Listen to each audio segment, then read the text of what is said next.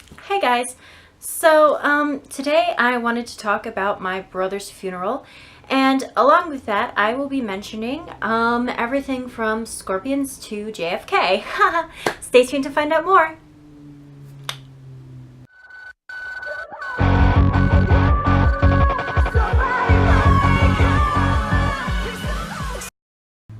And we're back.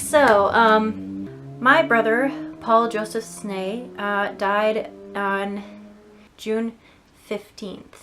I didn't find out until nearly June 20th because I was very hard to contact. So I found out about June 20th. That's the day I actually believed it. So that's why I'm like, to me, he died about June 20th, but he actually passed away June 15th. Not this year, but last year, 2015. And he was buried recently, the 7th of June at 1 p.m. And that was at the Dallas-Fort Worth National Cemetery. I had to go to Texas. Really, really hot, really kind of a weird experience because I had never been to Texas before. Yeah, it's kind of a sensitive subject. I miss him. I do. He was my buddy. I don't know how many of you know this, but he and I went through some pretty rough things when we were kids. We had each other. He was rescuing me. I was standing up for him. We were a solid unit. We were closer than twins in a lot of ways. We had that twin connection. A lot of siblings don't. He was 18 months older than me. I was born in May and he was born in December, so it was like 17 and a half months, so about 18 months. But we were like twins. We had that. Some people say that twins can feel what their sibling is feeling. They can think what their sibling is thinking. They just have that. Yeah, my brother and I had that with each other. And because the day he died, the morning he died, he was pronounced dead at 2:15 a.m. The morning he died, I was in bed with my boyfriend. He was sleeping beside me at the time, and I woke up feeling like the world was broken, like something was wrong, like the entire world just felt wrong, and like I was laying on a flat surface, but like I was disoriented, like just I wasn't in pain. I was just confused, like what the fuck is going on? And like I accused my boyfriend of breaking the bed because it just felt like the entire world was broken. The world just hasn't felt put back together since. I'm working on finding my way though. Sorry for the emotional video, guys, but that's just the way I feel about it. That morning I took a cab and I arrived at the cemetery and they checked me in and everything. I had his ashes in my bag. I actually made pendants. I'll be right back, actually. I'll get one and show you. Here is my brother's pendant. I'm a little bit short and really pissed off right now in attitude with this camera because it just didn't catch anything I just said. I've been ranting at the camera for a little bit and it didn't catch anything. So I had my brother's ashes made into 3 pendants and a paperweight. So my day started out, I took a taxi and I made it to the cemetery and I checked in. They were lovely there. The man and the woman at the desk were very nice to me and they thanked me for my brother's service. Let's try and refocus. Yay. They offered their condolences that he was gone. Standard stuff, but also they let me use their Wi-Fi because that's all I had to contact the people that were supposed to show up, and I contacted them a few times. I waited, no one showed up. I was the only one to show up. My brother and I went through some really rough stuff when we were kids. Purposeful abandonment, people trying to murder us. I'm not even kidding. People are like, oh, well, no, that can't be real. People don't do that. Yes, they do. My brother and I experienced it. Beatings, rapings, being left out, locked outside for, oh God, no, nearly the whole night, actually, hours and hours. Being abandoned in the cradle when I was a baby, stuff like that. Just, my parents were terrible people.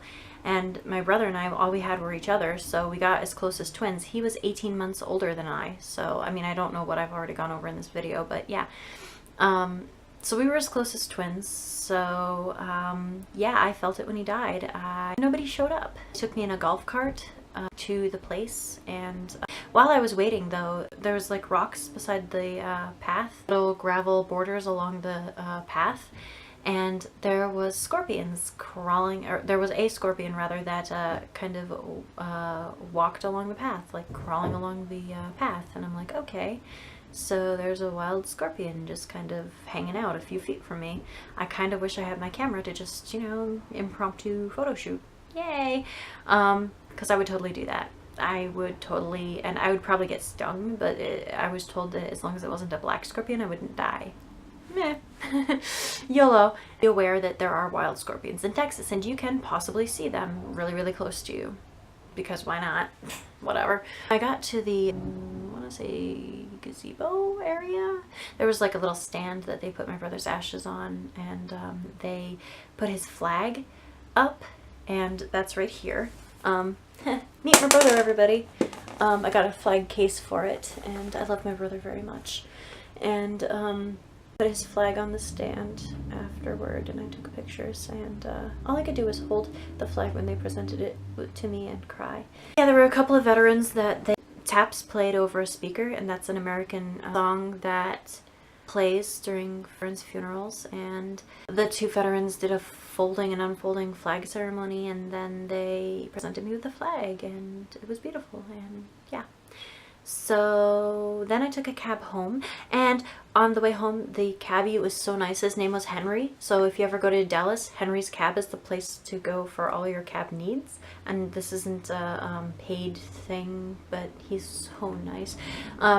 He actually stopped at McDonald's and we got something to eat. When I asked about a building that looked like a castle, it was so cool. It was the old courthouse. It looked just like a castle.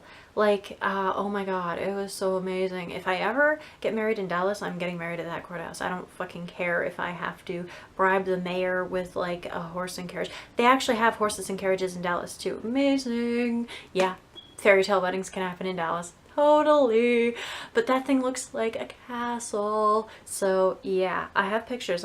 They'll be up on my Facebook at some point. I don't really know. My life's a mess at this point, but nah, whatever. I asked about that, and he took me on a little mini tour, and he took me to the street where there were 2 X's on it, and I'm like, huh? People lay down on the X's, and I'm like, wow, in the middle of traffic, and people, they take pictures, and I'm like, that's a little grim. Because that's where Kennedy, the new rapper, yo, Kennedy, President Kennedy, JFK, got shot twice. Once going one way and then once going the other way. Since there were 2 assassins, one in a building and one in a tower, like one in like a, I don't know what it was at the time, I guess a schoolhouse or something. Then it became a conspiracy, and they're like, who was hired? There was a hole in the fence where the bullet went through, and then there was like a window where somebody sniped him out of, and they found a sniper's gun, but they didn't find the person. So that was kind of weird, and they figured out that there was a tower and a hole in the fence where the bullet must have gone through. So that was cool. I got pictures of all of that. That will all be on my Facebook at some point.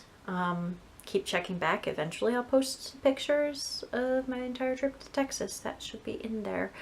I got only pictures through the windows of the cabs. They're not great. Oops. But yeah, that was my brother's funeral day. But please don't hate the veterans. They don't actually want to go to war, and it's not their fault.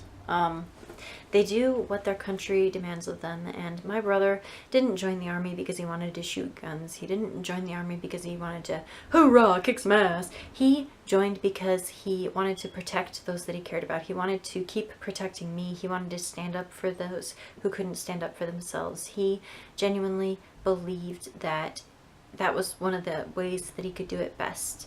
He was brainwashed by all of our other family members who had done it. We come from a long line of military family, and the structure appealed to him, the structured way of life, the you know where you belong kind of thing, the brotherhood, the camaraderie, all of that. That appealed to him. I know a lot of people hate the US military right now because of some of the things we've done, but it's not the boots on the ground that you have to hate. It's the people ordering them around. And don't hate them, please. From the family of a deceased veteran, please don't hate the people. Okay? You can hate the organization all you want. I'm still a bit miffed at the government for what they've done to my brother. But please, please, don't hate us. Okay? We suffer too.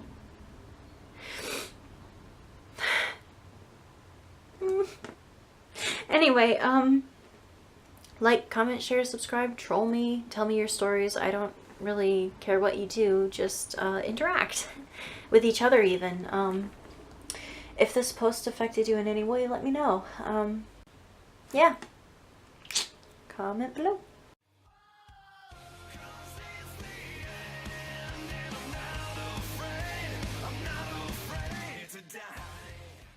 Oh, also, if you have any resources, please also post them. My brother had PTSD, and I really, really want people to be helped if they can be helped, because my brother was homeless because he had PTSD and he couldn't really hold down a job. He would freak out if anything reminded him of a bad experience. Cars backfiring, for instance, is a common PTSD trigger. It sounds like a gun going off. Fireworks are a common PTSD experience. America has a lot of fireworks around the 4th of July, which is coming up. American soldiers, especially fresh back from war, cannot be around fireworks. Therapy would help greatly, but sometimes they don't know where to get it. Their funding, American government treats veterans like crap. They cannot get therapy. So if you have any resources, post them below, please. It would help everyone out. Thanks. Bye.